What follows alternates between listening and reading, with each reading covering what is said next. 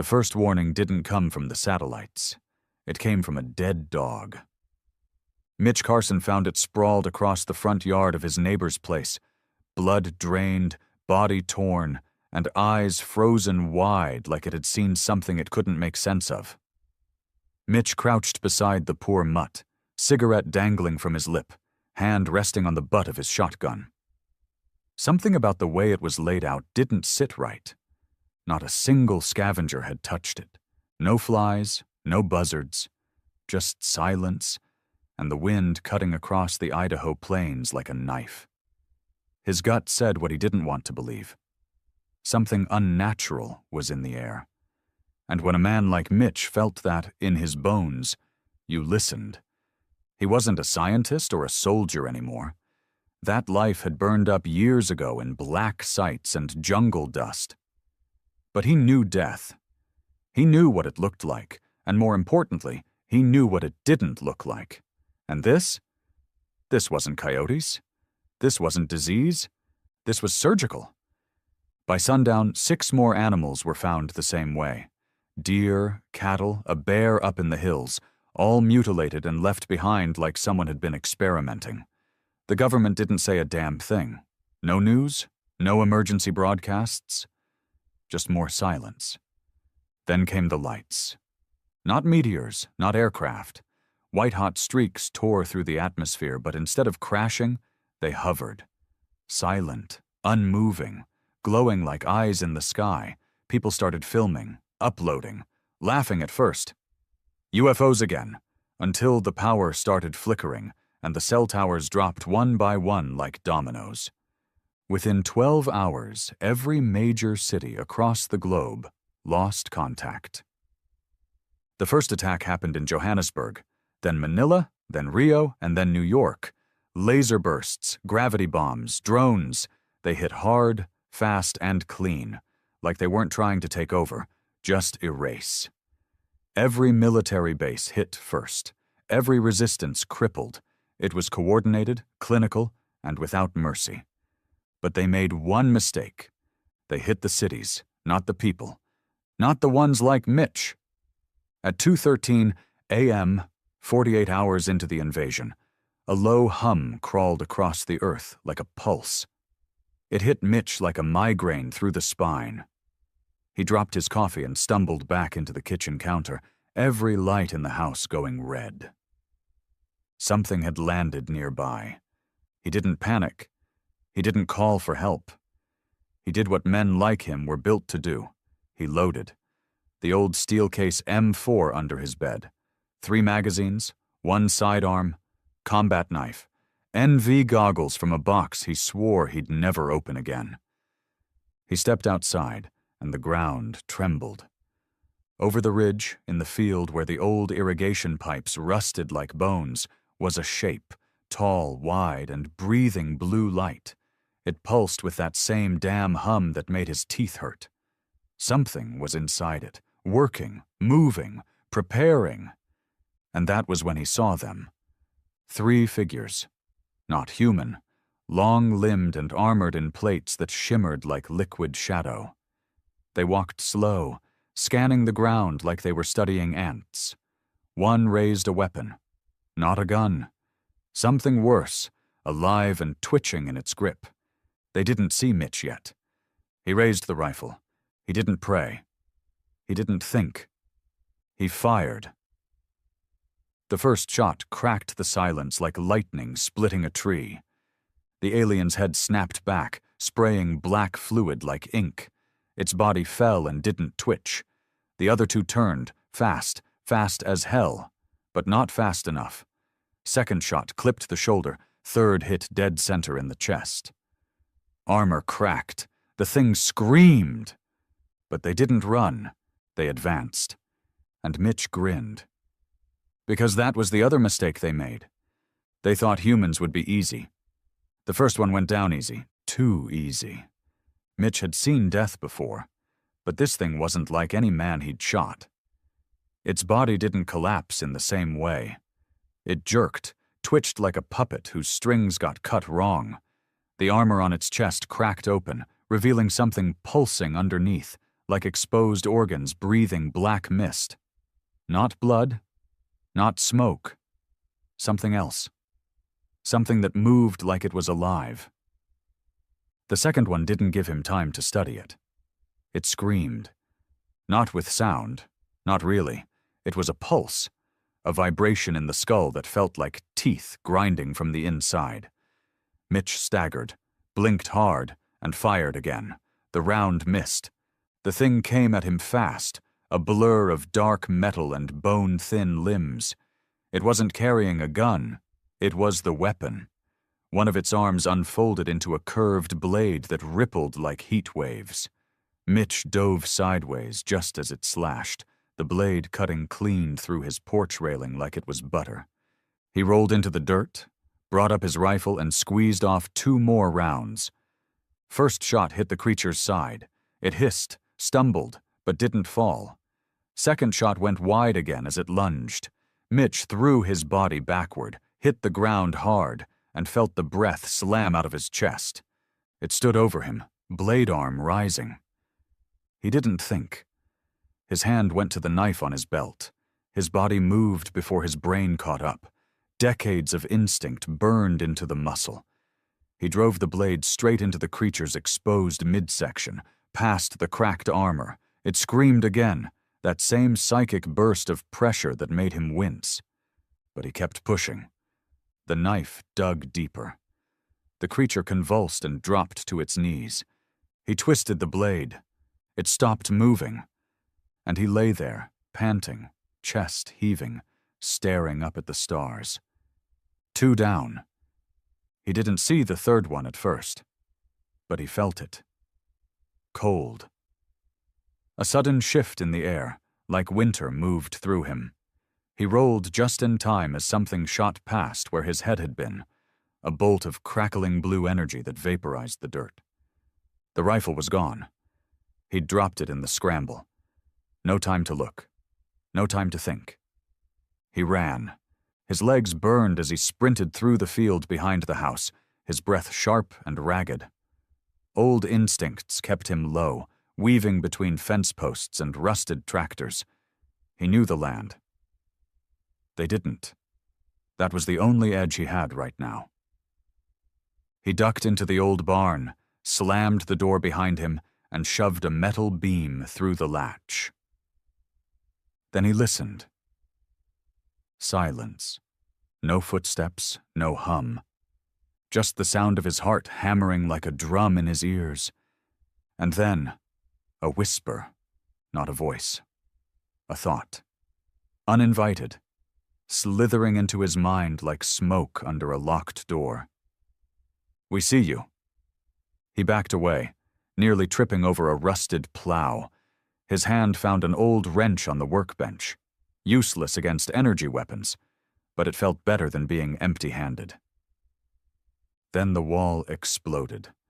A blast of blue light ripped through the barn, shattering wood and hurling him back across the floor. Splinters tore at his arms. His vision blurred. He coughed, tasted blood, and forced himself up. The third alien stepped through the smoke. It was taller than the others, bulkier. Its armor didn't shimmer. It absorbed light like a black hole carved into a humanoid shape. Its eyes, or what passed for them, were twin red slits, glowing with something old, something hungry. And Mitch smiled, because he remembered that feeling, the one just before the kill, the adrenaline, the fire. It was the same when you stalked something that thought it was the apex predator. He lunged, wrench in hand. The creature raised its weapon, but not fast enough. Mitch slammed the wrench into its faceplate. It cracked. The alien hissed and swung its arm wide, knocking Mitch back into a pile of hay bales. The air left his lungs. Again. He scrambled, fingers digging into the dirt, searching for anything. They landed on a metal rod. Old, rusted, but heavy. He turned just as the creature advanced and drove the rod into its knee joint. The armor bent, but didn't break. The alien kicked him. Hard. He flew back, hit the barn wall, and dropped. Everything hurt. But he wasn't done. He pulled himself up, blood running from his nose, his ribs screaming, and stared the thing down. "You think you're scary?" he growled. "You picked the wrong goddamn planet." The alien charged, and then the shotgun roared. It wasn't Mitch. It was the old farmer from 3 miles up the road, Jensen. Grizzled. 70 if he was a day. Half-deaf, half-drunk, and mean as hell. He stood in the wreckage of the barn doorway, pump action in hand, eyes full of murder. The alien staggered as buckshot slammed into its chest. It turned, furious. Second shot hit it in the throat, third in the face. It fell. Mitch laughed, coughed blood, and laughed harder. Jensen walked over, offered a hand. "Told you those bastards weren't just swamp gas," he muttered. Mitch took the hand, pulled himself up. "More coming?" "Bet your ass," Jensen said. "Sky's lit up all the way to the Rockies. Whole valley's crawling with them." "How many?" Jensen shrugged. "Enough to piss me off, not enough to stop us."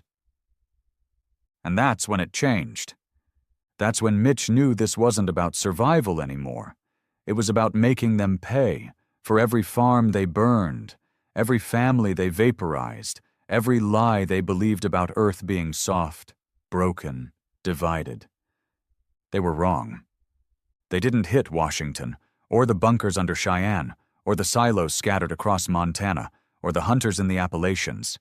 They didn't hit the people. They hit the infrastructure, the systems. But the systems didn't fight. The people did.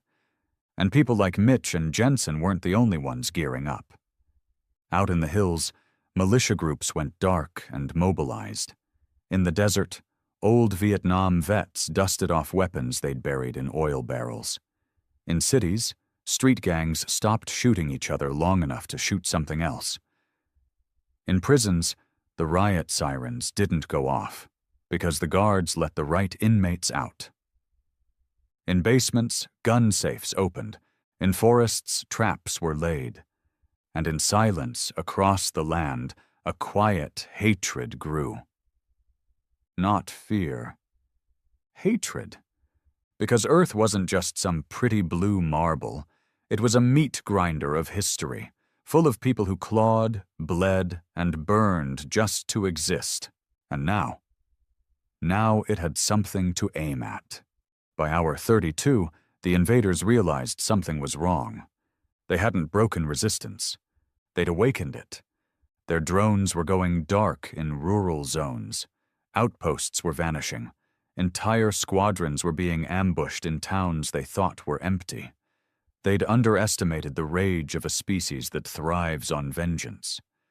They couldn't translate it, couldn't process it. The emotion didn't make sense to their logic-driven minds. Because humans don't fight to win. They fight because they're angry. Back at the ranch, Mitch and Jensen were patching up, loading gear, and tuning the old HAM radio. Static crackled through the speaker until a voice cut in. "Do not retreat. Repeat. If you are armed, do not retreat. We are not losing this war." Another voice joined in. Then another. Soon, the frequency was alive with chatter, civilians coordinating ambushes, truckers blocking highways to trap enemy transports, hunters calling in kill counts like it was deer season. One girl's voice, maybe 15, tops, came through sobbing and laughing. "I just took down one of those things with my dad's crossbow, right in the eye. He would have been proud." Mitch tightened his grip on the radio. The girl kept talking, but his mind drifted. They thought this would take a day, maybe 2. But Earth was punching back, and it wasn't stopping. He looked at Jensen. "We got enough gas to get to Boise?" "Maybe," Jensen said. "Why?" "Because if they're gonna fall, we need to make sure we're there when it happens." Jensen grinned, and the shotgun roared again. Boise was smoke and steel by the time Mitch and Jensen made it into the city. The highway in was littered with burned-out cars and blackened craters where alien drones had strafed the asphalt. Whatever law enforcement had been here was long gone, either wiped out in the first wave or buried under rubble. The only thing left was the smell of ozone, blood, and burning rubber. But the city wasn't empty. No, Boise was alive with the sound of something the aliens never expected. Revenge. Gunfire echoed down side streets. Glass rained down from buildings. Alien ships hovered low, scanning alleyways and intersections, but for every shot they fired, 3 more came back. Not from tanks or jets. Those were gone. This was ground-level war now. Street to street, block to block. And the humans weren't playing defense anymore. They were hunting. Jensen pulled the truck behind a burned-out school bus and killed the engine. The battered Ford was caked in dust and dried blood. The windshield cracked, and a hole through the rear bed where a drone's plasma bolt had burned through. Somehow it still ran. Mitch climbed out, rifle in hand, eyes scanning the rooftops. "They're close," he said. "Real close." "How close?" "Too close." As if to prove his point, a high-pitched screech tore through the air. Something fast shot overhead, a silver drone, sleek and insectoid, trailing vapor.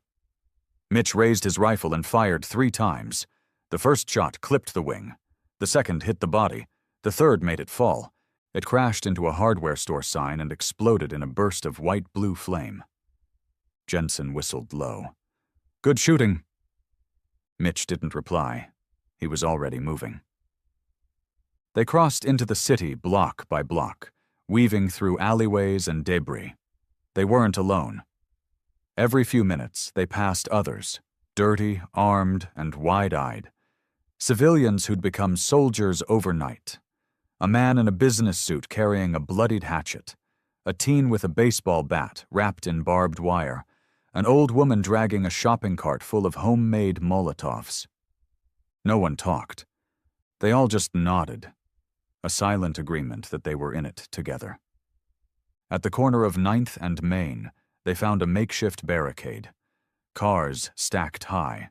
Barbed wire stolen from construction sites. A dozen men and women crouched behind it, rifles pointed toward the intersection. A bearded man in a flannel shirt stepped forward, eyes locked on Mitch. "You military?" Mitch shook his head. "Not anymore." "Don't care," the man said. "You know how to shoot?" "Yes." "Then you're welcome." Mitch and Jensen climbed over the barricade and dropped into the defense line. That's when he saw it. Down the street, maybe 6 blocks away, 3 of them. Aliens, tall, armored, moving in a slow, deliberate line. Behind them floated 2 drones, their forms crackling with that eerie blue energy. And in the center of the formation was something new. Something worse. A walking tank. It had no head, just a black, oblong shell with jagged limbs and rotating cannons mounted to both shoulders. Its legs weren't legs. They were segmented limbs like a spider's, clicking with every step. Where it moved, the pavement cracked beneath it. "What the hell is that?" Jensen muttered. "Problem," Mitch said. The barricade defenders didn't wait for orders. This wasn't an army. This was desperation with a trigger finger. The shooting started almost immediately, gunfire erupting in waves, bullets ripping down the street like a storm. The aliens didn't flinch. Their armor shrugged off most of the rounds, but it slowed them.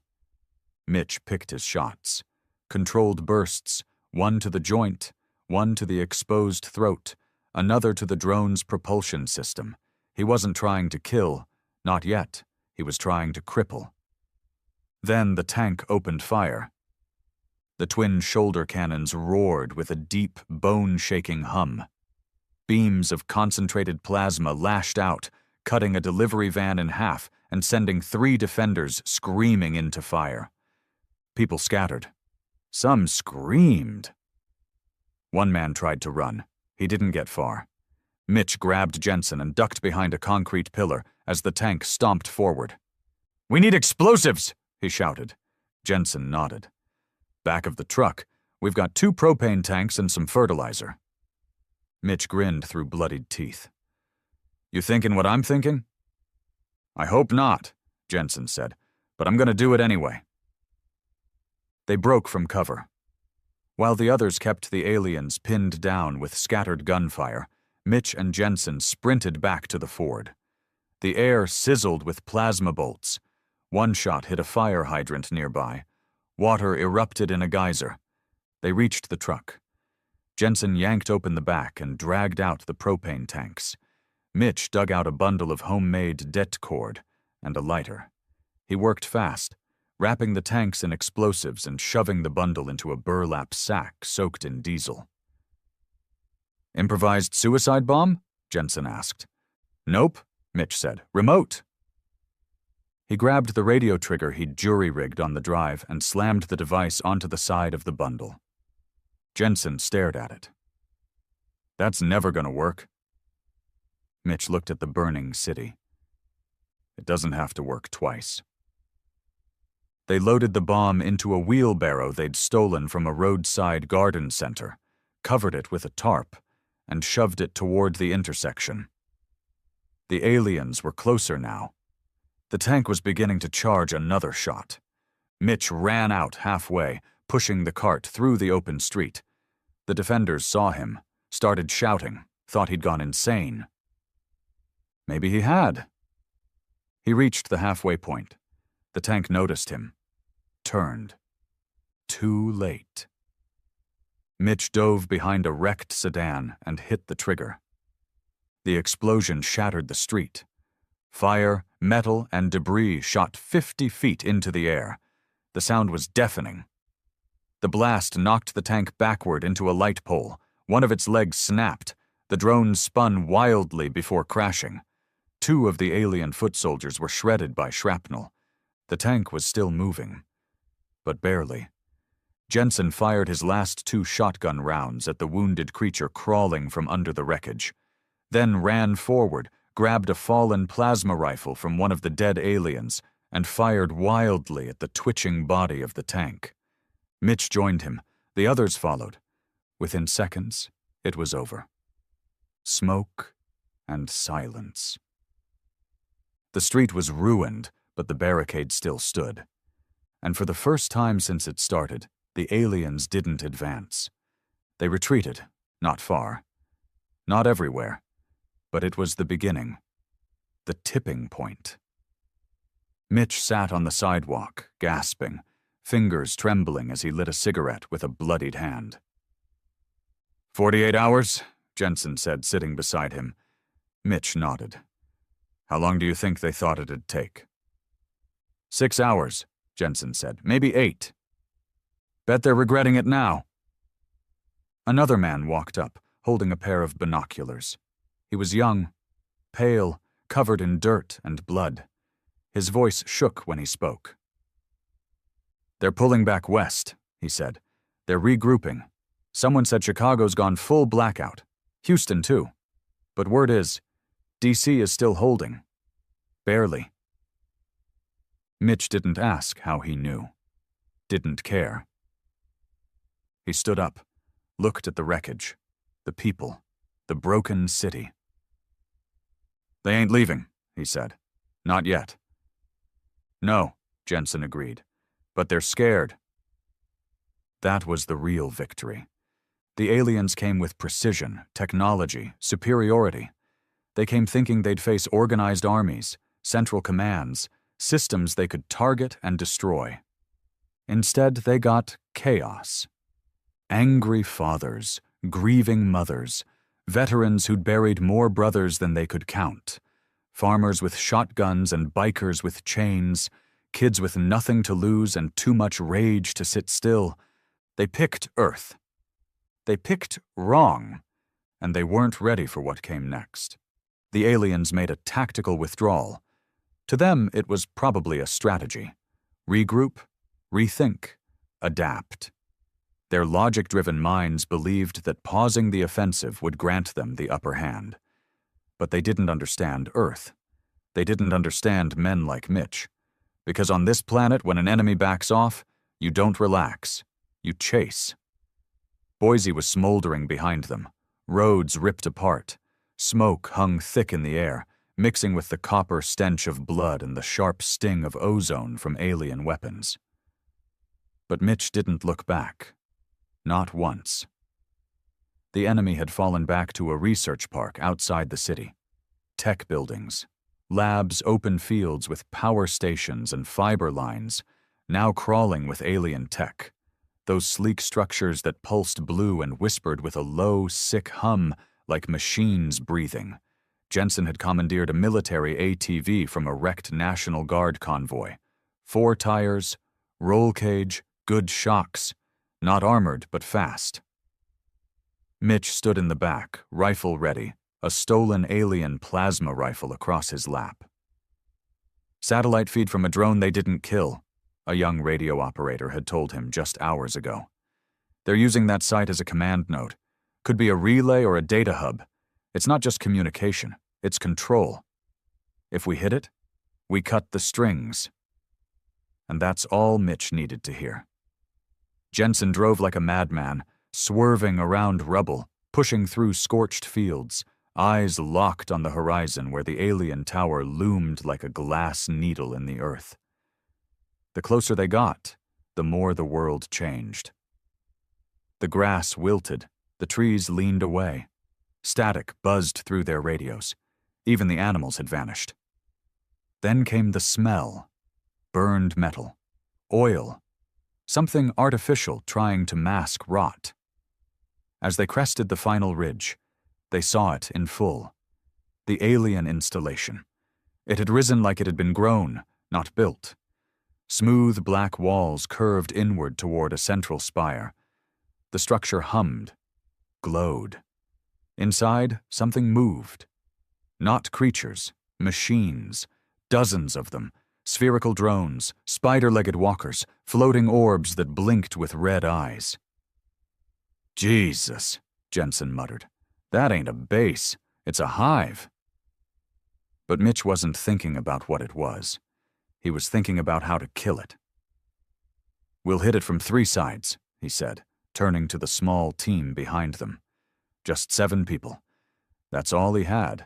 A teacher, a mechanic, a retired firefighter, a pair of ex-cons, and a teenage girl who hadn't spoken since the day her dad got turned into ash in front of her. 7 people. But all of them angry. All of them willing to die. He nodded at the group. You see anything that moves? Drop it. Don't wait. Don't hesitate. And don't assume they can't bleed. The girl, pale, eyes hollow, cocked the pump on her shotgun. Didn't say a word. They moved in silence. They split up just before the first checkpoint. The drones were active, hovering between the perimeter pillars, scanning for anything biological. But they weren't expecting humans to come to them. Mitch crouched low behind a power node, raised his alien rifle, and let the first drone drift closer. Then he fired. The bolt of blue plasma cracked through the air and hit the drone square in the center. It exploded mid-air, raining sparks and hot metal across the grass. Alarms shrieked, the hum changed pitch, and then hell broke loose. Mitch ran. He sprinted for the main wall, Jensen beside him. The ATV long abandoned. Behind them, gunfire echoed. Real bullets and alien blasts crisscrossing the sky. Something exploded behind the northern generator. The teacher's group was already engaging. One of the spider drones leapt out from the shadows. Jensen blasted it with a stolen plasma pistol, direct hit to the core. It shrieked and burst, sending hot black fluid spraying across the asphalt. They reached the wall. No door, no hatch. Just sleek black material that looked more like skin than steel. Mitch dropped his rifle, pulled the DT cord from his vest, and started wiring it across the base of the structure. "Cover me," he barked. Jensen turned, firing wildly as another drone charged them. The teenage girl, silent, furious, appeared from the side and took the shot. Clean, straight into its optic, the thing collapsed like a sack of meat. The charge was set. Mitch hit the detonator. The wall blew open, and that's when they heard the scream. Not human, not mechanical, something deeper, primal, like metal grinding through bone. The spire pulsed red. The sky flickered. Inside the walls weren't walls. They were veins. The hallway throbbed with blue light that moved like blood. Cables pulsed along the ceiling. The floor was slick under their boots. Not with blood, but something worse. Something synthetic, but warm. They moved fast. No one spoke. There was no time. Alien figures moved inside the hive. Tall, armored things that looked like commanders. Less like soldiers. More like priests. They floated, not walked. Limbs curled under their robes of glimmering darkness. One raised its hand. The room flashed white. Mitch ducked just as a bolt of heat slammed into the floor behind him, melting the tile. He fired twice, missed. Jensen didn't. His plasma pistol ripped through the thing's torso. The creature collapsed, limbs twitching. They pushed deeper, down a central corridor into what had once been a data center. Servers, towers, tech, all twisted into something unrecognizable. Alien runes floated in the air like smoke, and at the center, the core, a sphere, floating, pulsating with dark light, cables running into it from every wall. "This is it," Mitch said. Jensen nodded. "You got the second charge?" Mitch reached into his pack and pulled it out. Just enough explosive to crack concrete, but laced with thermite and accelerants, homegrown chemistry. Good enough to burn through anything. As he set the charge, something screamed again. Louder, closer. The wall split open. 3 of them stepped through. Tall, armored, eyes glowing red. Elite units. The firefight was instant. Jensen took a hit to the shoulder, went down hard. The girl screamed, emptied her shotgun into one, but it kept coming. Mitch fired, switched to his sidearm, then dove across the floor, slamming the detonator into the side of the core. He turned, rolled, and slammed the trigger. The world vanished in fire. Mitch woke up coughing. The ceiling was gone. The spire was gone. The sky was black with smoke. Ash fell like snow. He looked around. Rubble everywhere. Bodies, human and alien. Jensen was alive. Barely. The girl was sitting against the wall, shaking but alive. The core was gone. Completely gone. Whatever signal the aliens had been feeding through that relay, it was dead. Across the country, reports started flooding in, drones falling from the sky, walkers freezing mid-step, ships veering off course. The command net was failing. The hive mind cracked, their coordination gone. Mitch stood on the rubble, rifle slung across his shoulder, covered in blood and dust. He looked at the broken sky. And he smiled. 48 hours, he muttered. Should have picked a different planet. The first thing Mitch noticed was the silence. No hum in the air. No psychic pressure crawling in the back of his skull. No drones buzzing overhead, scanning the ground for human heat signatures. Just whined through broken windows and the soft crackle of dying fires. It was eerie. After 2 straight days of chaos, gunfire, and death, the absence of noise felt unnatural. Wrong, even, but also good. Jensen leaned against a pile of rubble, arm in a sling, face half swollen and bruised. He was chewing on a toothpick like it was the last bit of defiance he had left. "You think they're gone?" he asked. Mitch didn't answer right away. He was too busy looking through the alien wreckage that had once been their command node. Whatever that floating core had been, it had done more than just control drones. It had held their coordination together like glue. Without it, the enemy had fractured, and fractured enemies were easier to kill. "They're not gone," Mitch finally said. "They're scattered." "Same thing, far as I'm concerned." Mitch shook his head. "Nah, scattered's worse. It means they're scared, desperate, and that makes them dangerous." Jensen spat blood into the dust and nodded. "Good." The girl, Naomi, they'd finally learned, was sitting nearby, cleaning her shotgun. She hadn't spoken since the blast, not a word, just worked the weapon over like it was all she had left in the world. Maybe it was. They all carried scars now. Not just wounds, but real scars. Mental ones. The kind that don't show up in the mirror but come crawling back every time the night gets quiet enough. That was the price of survival. But survival wasn't enough anymore. This was about vengeance now. Reports were flooding in from every direction. Shortwave radios lit up with chaos. Not alien attacks, alien retreats. In Texas, farmers had shot down a mothership using modified grain silo missiles.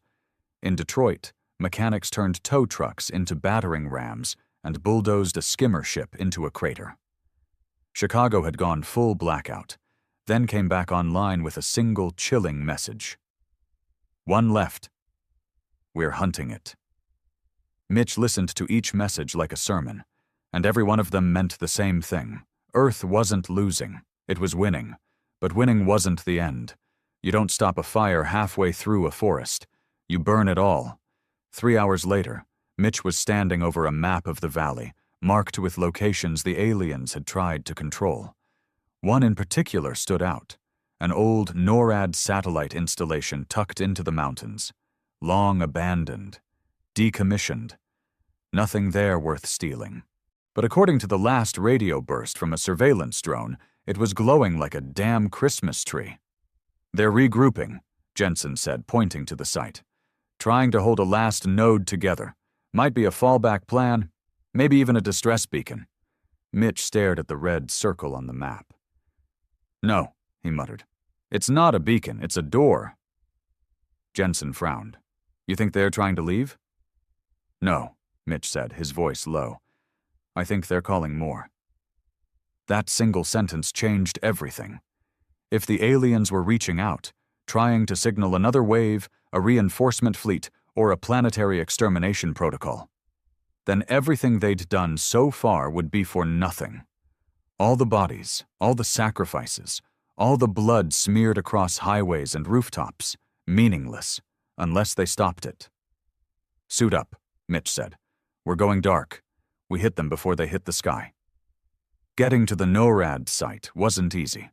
Roads were gone, bridges collapsed, and the woods around the mountain had gone quiet. Too quiet. No birds, no bugs, not even wind. The trees stood like witnesses, ancient, silent, and watching. They moved on foot. A team of 12 now. Survivors from Boise. A couple of vets from Oregon had heard the call and joined up. A mother and son from Utah. The kid couldn't have been older than 16, but he carried an M1 carbine and a face that didn't blink. Everyone knew what this mission was. Final strike. No reinforcements, no evac, just them. As they approached the edge of the old installation, the trees thinned.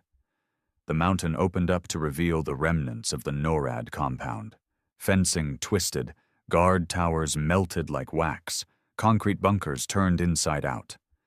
In the center stood a new structure, alien-built, black and smooth, like a needle driven into the earth. It pulsed with faint red light, and at its base, something opened and closed like a breathing lung. Cables ran from it like veins, connecting into dead satellites, rusted dish arrays, and underground tunnels. It was alive, and it was listening. Mitch didn't wait. He led the charge down the hillside, gunfire erupting as the first wave of resistance met them. No more drones, no more spider walkers. These were aliens, real ones, on foot. And they weren't coordinated anymore. They came at the humans like animals, clawed, hissing, wild. Their armor glitched, half-cracked, weapons sparking. Some carried plasma blades, others just sharpened bone. They'd lost their technology, and without it, they were just meat. And humans were very good at killing meat. Mitch dropped 2 with clean headshots. The kid, Elijah, blew the leg off another one and finished it with a boot to the throat. Naomi moved like a ghost, shotgun blasting holes into anything that moved too fast. Jensen lobbed a stolen grenade into a cluster of them and didn't even duck when it blew. They pushed forward up the ridge toward the tower. Alien bodies piled up behind them. Blood, thick, black, and reeking, soaked into the dirt. The air stank like a slaughterhouse. By the time they reached the base of the spire, only 6 of them were left. Mitch, Jensen, Naomi, Elijah, one of the Oregon vets, and the mother, hands trembling, eyes hollow, but still moving. The breathing door opened. Mitch stepped inside first. It wasn't a room. It was a womb, warm, wet, organic. The inside of the tower pulsed with light. Screens blinked with strange symbols. In the center, a figure stood. Tall, thin, wrapped in what looked like living circuitry. It didn't move, didn't speak. Then it turned, and they saw its face, human, or close to it, half covered in implants. Skin pale, eyes black. A hybrid. Mitch froze. "What the hell?" The thing raised a hand, spoke in perfect, flat English. "You do not understand what you have done." Mitch raised his rifle. "Number, you don't. You have sealed your fate. This message is already transmitting. Our kind will burn this world for what you've done. You are not special. You are—" Mitch shot it in the face. It dropped like a puppet with cut strings. The lights dimmed. The hum stopped. The pulse ended. Then silence. Real silence. Mitch walked to the center console, looked at the blinking transmitter. He pulled the charge from his belt, set it on the console, armed it. Jensen walked up beside him, smiling through cracked lips. "Tell me that's enough." "It's enough," Mitch said. "Even if it ain't, it's the best we've got." They turned, left the tower. The detonation lit up the mountain like sunrise. The spire collapsed. The signal died. And Earth lived. Back at the base of the mountain, Mitch sat on a broken log, watching the flames crawl into the sky. The air still smelled like death. But it was fading now, replaced by wind, smoke, and something that almost felt like peace. Jensen lit a cigarette, offered one. Mitch shook his head. "I think I'm done," he muttered. "Done fighting?" "No," Mitch said. "Done being surprised? We should have died 10 times over." Jensen nodded. "Yeah, but you know what the difference is?" "What?" "We're humans. We fight dirty. We fight mean, and we don't quit." Mitch looked up at the stars. He knew more would come. Maybe not tomorrow, maybe not even in a year. But someday, someone else would try. And they'd learn the same lesson. You don't pick Earth. You survive Earth. If it lets you. 3 days after the last tower fell, the skies finally cleared. The clouds parted for the first time since the invasion started, and light poured down over the mountains, the plains, the ash-covered cities.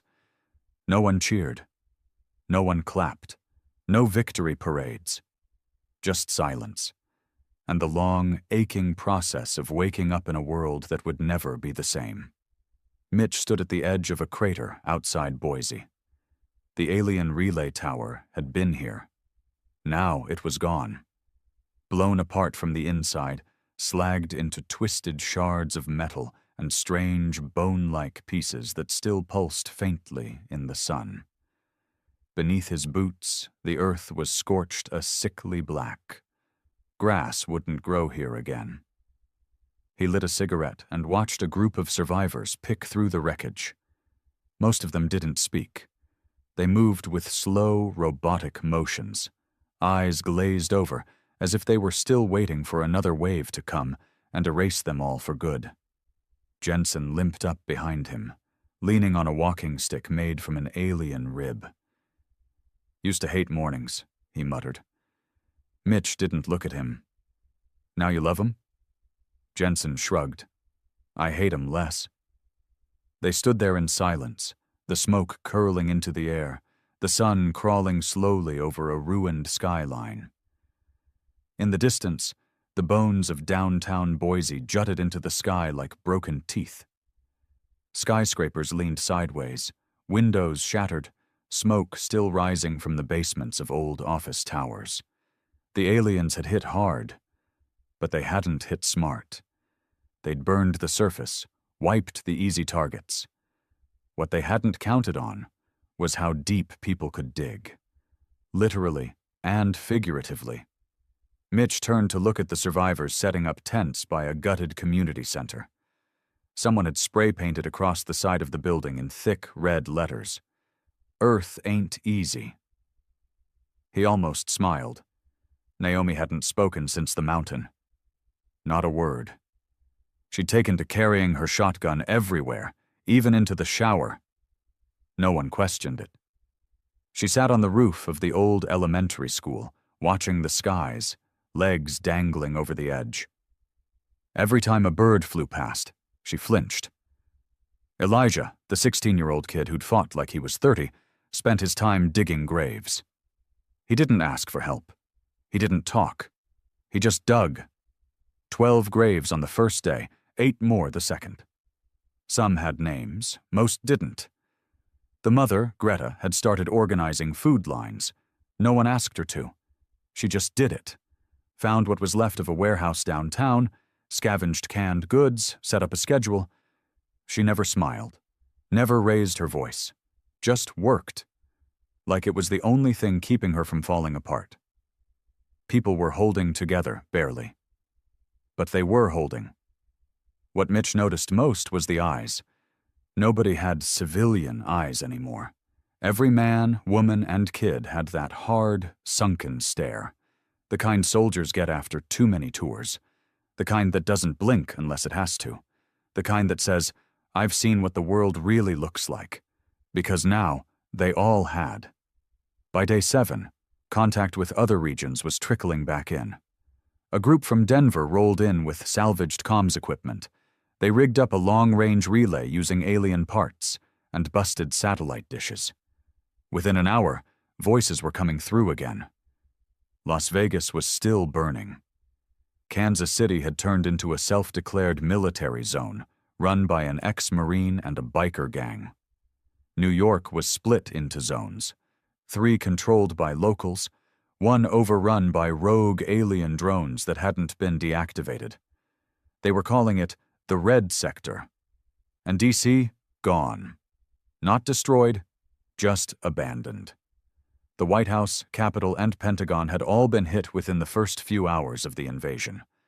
The government, or what was left of it, had moved underground somewhere in Colorado. No one knew who was in charge anymore. And no one cared. Because the world wasn't waiting for orders anymore. It was building something else. Mitch joined a recon team heading into Salt Lake. Not to rescue, not to fight, to learn. The team was a mixed bag.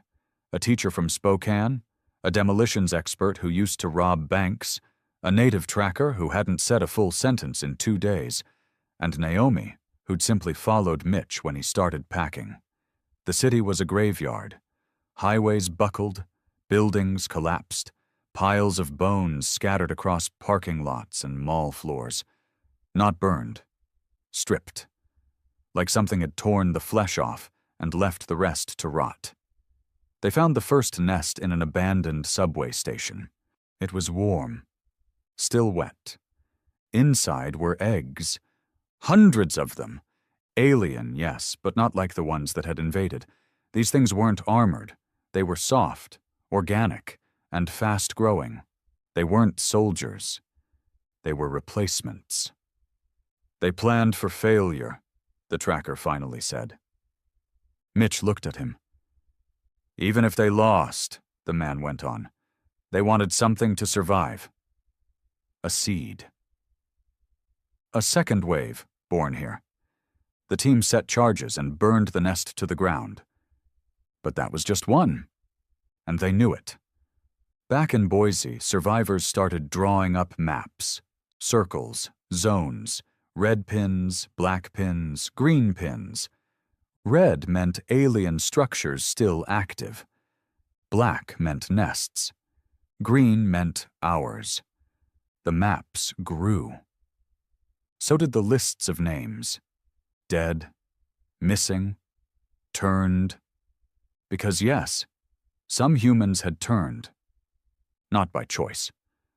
Whatever the aliens had used to communicate, the psychic pulse, the hive net, it had left residue in some people. Not enough to control them completely, but enough to change them. Some spoke in alien tongues in their sleep. Some carved symbols into their own skin. One man slit his family's throats before turning the knife on himself, claiming he had to finish the ritual. Nobody said the word infection, but they were thinking it, so protocols went into place. If someone started twitching, whispering, or staring at the sky too long, they got isolated. No one asked what that meant. They all knew. Mitch spent his nights walking the perimeter.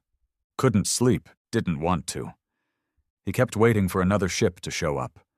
Another beam of light to split the sky. Another mistake from another alien race who hadn't learned their lesson. But so far, nothing. Just stars. Too many of them. One night, Naomi followed him again. Still silent. She sat next to him, on a concrete slab. Shotgun across her lap, face lit by moonlight. Finally she spoke. They killed my mom in the grocery store. Just vaporized her. For no reason. She didn't fight. She didn't scream. She just pushed me behind a shelf. Mitch didn't say anything. I watched her skin peel off like paper. He still didn't speak. She looked at him. I don't want peace. I want justice. Now he turned. No, he said. You want revenge. So do I. She nodded. And that was enough. By day 14, a signal came through. From space, weak, fragmented, but real. A language no one recognized, and yet not unfamiliar. The Denver techs cleaned it up, translated what they could, just 3 words. They fought back. It wasn't from the invaders. It was a warning. To someone else. Mitch stood with the others, listening to the audio repeat again and again on the old HAM radio. Naomi looked up at him. More are coming, aren't they? Mitch nodded slowly. Yeah, but this time we're ready. Jensen lit another cigarette, chuckling under his breath. Let 'em come. Because now the planet wasn't broken, it was awakened. Every bunker was a fortress, every farm, a supply line, every city, a battleground already marked in blood. Humanity wasn't scared anymore, it was angry. And in that moment, across every continent, every camp, every ruined street and broken home, a single silent message spread like wildfire. Next time, we invade you. It started with a spark. A broadcast intercepted by Denver's rigged comms unit, just a sliver of data. Incomplete coordinates and a flicker of a galactic ID beacon, not from Earth, but referencing Earth as a Class 9 corrosive zone. Mitch had stared at that phrase for 10 minutes without blinking. Corrosive, he muttered. That's what they think we are. Jensen had laughed, but it wasn't a real laugh. It was the kind of tired, bitter sound that came from a man who'd seen too much and still hadn't seen enough. Good, he said. Let them be afraid to come near. But it wasn't enough for Mitch, or for the rest of the survivors. Letting it end here meant leaving a question mark hanging in the void. Would they come back? Would the next species be worse, smarter, stronger, and most important of all, how long before Earth ran out of second chances? So the choice was made, not by a government, not by generals or senators hiding in some Colorado bunker, but by the people still standing. Earth would strike first, not tomorrow. Now, the old NORAD facility beneath Cheyenne had been dead for decades, until someone hot-wired it with alien tech and a surplus diesel generator. It didn't look like much. The computers were relics, the ceilings leaked, the place smelled like old paint and despair. But deep in its guts was something useful, a black zone lab that had never been listed in any records, built during the Cold War, never declassified, sealed since the mid-90s. Inside? A satellite-class propulsion testbed, half alien now, thanks to the pieces scavenged from the downed ships in Boise and Salt Lake. It wasn't pretty. It wasn't even stable. But it was enough. Mitch stood on the steel deck of the launch silo, looking up at the makeshift vessel they were calling the Black Veil. It was half shuttle, half brute force bomb. No luxury, no cockpit comfort.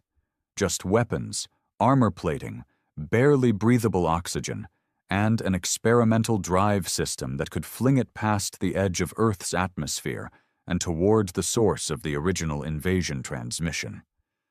"You sure this thing won't melt us mid-flight?" Jensen asked, squinting up at it. "No," Mitch said, "but I'm tired of sitting here waiting for another apocalypse." Jensen lit a cigarette, took a long drag, and nodded. "Then let's go knock." Recruitment was easy. They didn't need 1,000 soldiers, just a handful of people insane enough to launch into space on an untested alien hybrid vehicle with no return protocol. Naomi signed up first. She didn't ask where they were going, didn't ask what the plan was, just looked Mitch in the eye and said, "I want to look one of them in the face before I kill it." Elijah followed. Still 16. Still too quiet. But his eyes were locked on the stars. "I want them to know my name," he said. "Every single one of them." 4 more joined. 1 ex-Marine, 1 outlaw biker, 1 scavenger with a burn across half his face, and a quiet Ukrainian woman who'd once been a nuclear engineer before the world fell apart. 7 total. Mitch didn't think about the odds. He just strapped in. The Black Veil launched on a clear morning. No crowds, no national anthem, no news cameras. Just dust, fire, and a roar that shook the mountain. People watched from broken rooftops and shattered highways. Kids waved, old men saluted, survivors cried. They weren't just sending a ship. They were sending a message, and the universe was going to hear it. The first 18 hours of flight were quiet, mostly because no one wanted to speak. The stars were endless, black, unmoving. The ship creaked and groaned like a dying animal. Oxygen levels fluctuated every 6 hours. The engine sounded like a growl in their skulls. Mitch didn't sleep. He stared at the forward display, a blur of calculated direction, guided by the last signal pinged from the original alien command node. It led them into uncharted space, dead stars, frozen systems, planets with scars like burn marks, and finally, a moon. It wasn't on any star charts, no light, no atmosphere, but a structure visible from orbit, a fortress. It pulsed, like the ones they'd fought on Earth, only 10 times the size. Jensen leaned over the comm screen. "No defense grid, no transmissions. Either it's dead, or it thinks we won't be stupid enough to land," Mitch finished. Naomi smiled for the first time in days. "Let's disappoint them." Touchdown was rough. The moon's surface cracked under the Black Veil's landing gear. Gravity was light but stable. Air was non-existent. They moved fast, geared in pressure suits made of layered human and alien tech, a duct tape miracle of survival. The fortress loomed ahead. Black walls, no doors, no windows, just a singular chasm-like entry point that hissed with faint red mist. Elijah stepped up beside Mitch. "What if this is a trap?" "It is," Mitch said, "but we're the ones springing it." They entered. Inside was a world unlike anything Earth had seen. Biological corridors stretched like veins through the walls. The air inside the fortress wasn't breathable, but it vibrated with psychic echoes. Memories of pain, conquest, experiments. They passed through halls lined with glass chambers. Inside were humans, or what was left of them.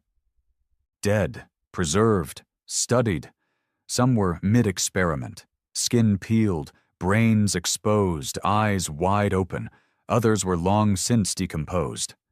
But it wasn't just humans.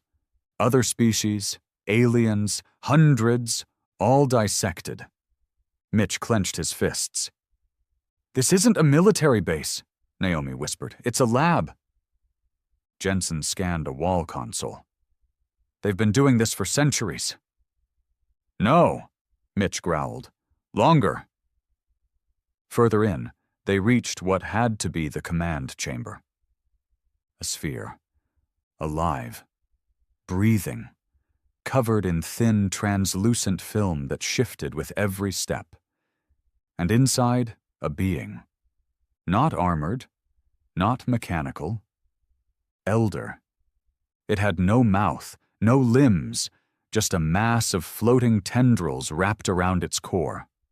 It pulsed, opened what resembled an eye, and projected a thought. "You were not meant to resist. Your species was a variable, one that must now be corrected." Mitch raised his weapon. "Wrong," he said. "We're the constant. You're the mistake." The being pulsed again. "You will not survive the retaliation." "We're not here to survive," Naomi said. "We're here to make sure you don't." They opened fire. Plasma, ballistics, heat. The sphere shattered in seconds. The elder twitched, flailed, and then screamed with a psychic force that made their noses bleed. Elijah fell to one knee. Jensen gritted his teeth. But they kept firing. Until it stopped. Silence. No more hum. No more pulse.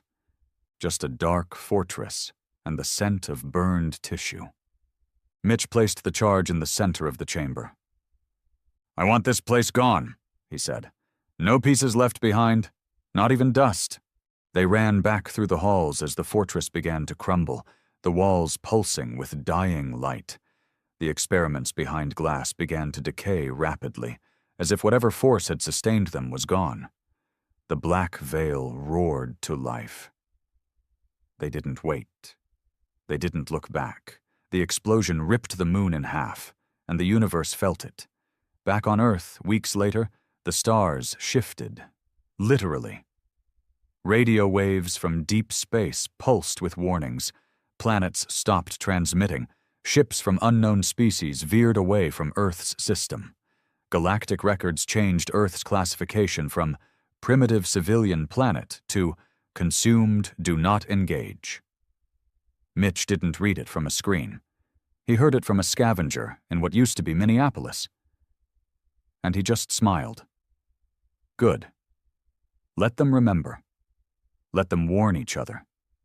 Let the stars whisper the name of the world that burned the invaders alive. Let them all know. If you come to Earth thinking we're weak, you'll leave in pieces. Or not at all. It didn't feel like victory. Not exactly. Mitch sat in the ruins of an old gas station, just outside what used to be Twin Falls, Idaho. The pumps were dry. The roof was gone. Half the place had been swallowed by vines and moss, nature creeping back in now that the smoke had cleared. A rusted sign leaned sideways in the dirt, still barely legible. $4.99 regular. No refunds. He liked that last part. No refunds. Not in this life. A light wind blew dust across the asphalt. Naomi sat on the hood of an old Ford, legs dangling, shotgun in her lap. Her boots were torn. Her face was still streaked with grime. But she looked alive. More alive than she'd been since day one. Across from them, Elijah cleaned a broken drone's shell. Not for tech salvage, not anymore. He was turning it into armor. Shoulder plates, chest rig. Symbols carved into it now, not alien symbols. His own. The kid had changed. So had the whole damn world. They'd come back from the stars 2 weeks ago. Quietly. No headlines, no marches. Just 7 people crawling back into a fractured planet with their bones aching and their eyes burning with everything they'd seen up there. Only 4 made it back. But they'd done it. They'd wiped out the elders. They'd stopped the retaliation. They'd shut the door for good. Mitch hadn't spoken much since. Not because he didn't have words, but because words didn't mean anything after what they'd done. Not really.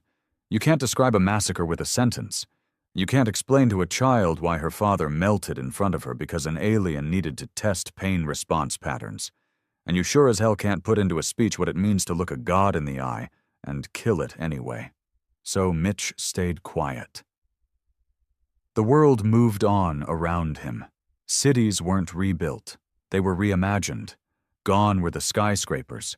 Gone were the glass condos and overpriced high-rises that used to tower over everyone. Now there were strongholds, settlements, walled towns powered by solar rigs and protected by salvaged drone tech. Every street corner had lookouts. Every community had a militia. The flags had changed, too. Some still flew the old stars and stripes. Others had made their own. Black flags, red bands, symbols of resistance. Not because people hated the old world, but because they couldn't trust it anymore. The governments that failed them were gone, and no one was in a hurry to put them back. What replaced it wasn't lawless, but it sure as hell wasn't polite either. Trade routes were bartered, not taxed. Towns worked with other towns, or they were left behind. Justice was fast, harsh, but fair. And hanging above it all, like a ghost in the sky, were the wrecks. Alien ships, too damaged to fly but too massive to remove, still hovered in some places.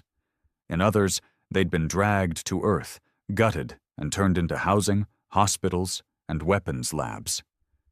They were reminders, the kind that bled into the soil and kept everyone grounded. Earth had been invaded, and Earth had answered. By month 3, the signal Mitch had destroyed on the moon, the one intended to call reinforcements, was confirmed to be completely gone. But something else was confirmed too. Earth had not just stopped the message. Earth had sent a new one. The data burst was simple. No fancy encryption, no diplomacy, no translations. Just one sentence, repeated across every frequency known to the universe. Earth is not your colony. Followed by a timestamp. 48 hours. Galactic historians, the ones still watching from the shadows, would later record it as the fastest recorded planetary defense ever executed against a hyper-advanced species. Some species refused to believe it had happened. Others labeled Earth quarantined. But there were whispers in the darker sectors, murmurs among mercenaries and exiled empires, a story, a warning, about a planet that looked fragile on the outside. But inside, all bone, all teeth, all rage. They called it the planet that bit back. Mitch didn't care what they called it. He just cared that no one was coming back. He walked through the settlement gates with Naomi beside him, both carrying packs of medical supplies from a trade run with the Colorado sector. Kids ran through the dirt with makeshift helmets and wooden rifles. They didn't play cops and robbers anymore. They played invasion. And they always made sure the humans won. Jensen waited at the fire pit, stirring something that smelled like death but probably tasted fine. His leg was gone from the thigh down now. Alien shrapnel. Didn't slow him much. He'd built a leg out of drone parts and rebar. He grinned when he saw them. "Find anything good?" "Antibiotics," Naomi said. "Whiskey?" Jensen asked. Mitch just looked at him. "I'll take that as a no," he said with a sigh. They sat by the fire as the sun dipped low, casting long shadows across the dirt and steel walls of the settlement. The wind carried the smell of smoke and salt. Somewhere nearby, someone strummed a guitar with busted strings. No one sang, but no one cried either. Not anymore. At night, Mitch still had the dreams, not of war, not of blood, of stars, burning, cold, endless. He'd wake up sweating, hands clenched around a phantom weapon, heart pounding like he was still falling from the sky. But the dreams were changing. Less fear, more focus. Like his mind was telling him, "You're not done yet." Naomi understood. She didn't say it, but she knew. He saw it in the way she moved, always alert, always scanning the sky, never far from a weapon, like she knew there'd be another wave. Maybe not this year, maybe not even in their lifetime. But eventually, and when that happened, someone would have to answer again. Someone would have to remind the stars that Earth was no one's prize. 2 days later, the caravan came in from the east. 3 trucks, solar-powered, battered but functional. The people were lean, dirty, hard-eyed, but they had news. A new signal. Not alien, human, not from Earth. Coordinates pointed to a system just outside the Orion Arm. Someone had made it off-world. Mitch listened to the crackling message over a rusty comms unit. "This is Colony Red Delta 2. We are human. We survived. We heard the screams. We saw the lights. We saw what you did, and we're still alive. If you can hear this, we're waiting." Elijah stood beside the radio. Naomi was frozen. Jensen just grinned. "Well, hell," he said. "Guess we're not alone after all." Mitch didn't speak. He was already thinking about the next ship, the next fight, the next message they'd send, not just to another human colony, but to every damn star in the sky. You don't invade Earth. You don't enslave it. You don't study it. Because Earth doesn't forgive. It doesn't forget. And if you light a fire here, you'd better be ready to burn. Because Earth learned something in those 48 hours. It wasn't weak, it was waking up. And now? Now it was looking outward. And it was done waiting.